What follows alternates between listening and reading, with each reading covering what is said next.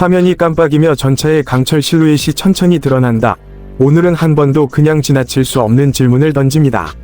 만약 2026년 한국전력구조에서 러시아의 최신형 전차인 T-90M 프로립을 기술적으로, 현실적으로, 그리고 비용 측면까지 냉정하게 평가한다면 무엇이 보일까?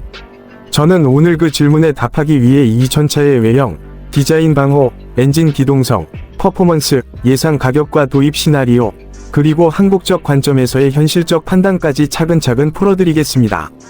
영상은 단순한 스펙 나열이 아니라 한국이 2026년에 고려한다면 이라는 가정하에 실전적 분석입니다. 자, 본격적으로 들어가 볼까요? T-90M 위 외관은 한눈에 현대 러시아 전차위 계보를 잇는 모습입니다. 낮고 넓은 실루엣, 각진 포탑 윤곽, 그리고 전면과 포탑 곳곳을 덮은 반응장갑 블록이 시선을 사로잡습니다.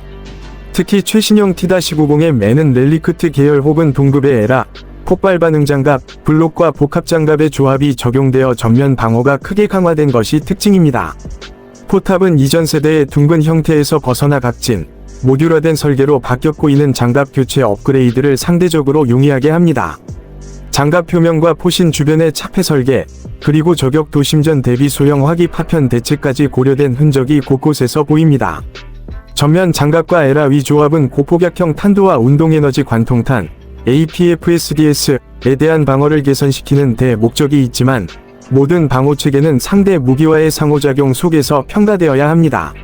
즉, 상대가 최신형 재래식 관통탄, 장갑 관통 미사일, 또는 장거리 정밀 유도 무기를 보유하고 있다면 어느 정도의 위력에서 방어가 무너질 수 있는지 항상 고려해야 합니다. 또한 도시전 협소 지형에서의 배치 시에는 에라 파편에 의한 2차 피해와 민간 인프라 손상 가능성도 작전 계획에 반영해야 합니다.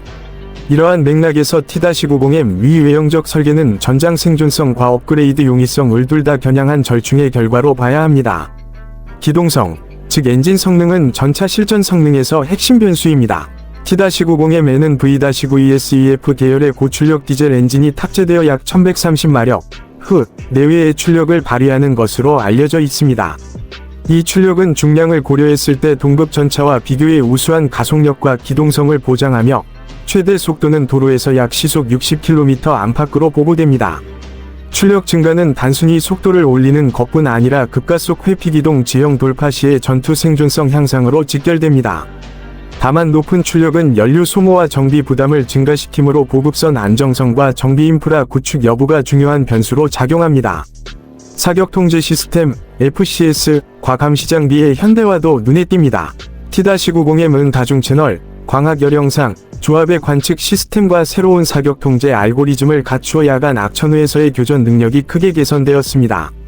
또한 포탑 상단에 통합된 원격 무장경납 RWS과 지휘관용 주변 시야 카메라들을 통해 전장 인식 능력이 향상되어 승무원 생존성과 목표 획득 능력이 동시에 향상됩니다. 이와 함께 슈토라 유사 계열의 전자전 레이저 교란 장비가 통합되어 있어 일부 유도무기에 대한 방어 능력도 확보하고자 한 흔적이 있습니다. 무장 체계는 전통적 러시아 설계를 유지합니다. 주포는 125mm 계열의 EA-46 개량형이 적용되며 자동장전 장치, 오토로더를 통해 적재 장전 운영의 효율을 높입니다. 특징적으로 9M119 리플렉스 계열의 레이저 유도 ATGM도 발사 가능해 전차 장갑 관통뿐 아니라 멀리 떨어진 장갑 목표에 대해 직접 타격을 목표로 하는 복합 교전 능력을 제공합니다. 이로 인해 표적에 따라 탄종을 혼용해 전투를 수행할 수 있으며 특정 거리 이상에서의 교전 가능성도 확대됩니다. 그렇다면 가격은 어떨까요? 공개된 여러 보도와 분석을 종합하면 T-90 계열의 단가는 모델 구성 계약 조건에 따라 차이가 큽니다. 일반적으로 수출형 기본형의 경우는 수백만 달러대 약 2.5백만 달러에서 시작로 추정되며 최첨단 개량형 패키지를 포함하면 버전별로 약 2.5M 물결표 4.3M 달러 범위의 보도가 있습니다. 다만 여기에는 운송비, 탄약 예비 부품 패키지, 정비 훈련 비용, 기술 이전 여부에 따른 추가 비용이 포함되지 않은 경우가 많아 실제 총 소유 비용, TCO는 훨씬 더 커질 수 있습니다. 특히 해외, 러시아, 플랫폼이라는 점은 제재 공급망 위험을 동반하므로 예비부품 정비 계약 현지 지원 체계 구축 비용을 반드시 고려해야 합니다. 한국의 2026년 시점에서 T-90M을 도입한다는 가정은 현실적으로 정치 외교 안보 차원의 제약을 받습니다. 러시아산 무기의 도입은 국제 제재, 외교적 파장, 그리고 한국이 추구하는 동맹 안보 관계와 충돌할 소지가 큽니다. 따라서 실제 도입을 위해서는 단순한 구매 결정 그 이상으로 수출 허가, 제재 해제, 보수 부품 공급 안정화 등 복합적 조건이 선행되어야 합니다. 기술적 매력과는 별개로 공급 안정성 과정비 인프라 등 군사 장비 도입의 가장 현실적인 관건입니다. 운용 유지 측면에서 보면 T-90의 문 모듈화 설계를 통해 일부 장비 센서를 교체하거나 업그레이드할 수 있는 유연성을 가지고 있습니다. 이 점은 한국형 전장 인프라, 예에 통신 데이터 링크 표준에 맞춰 개조할 수 있다는 의미가 되기도 합니다.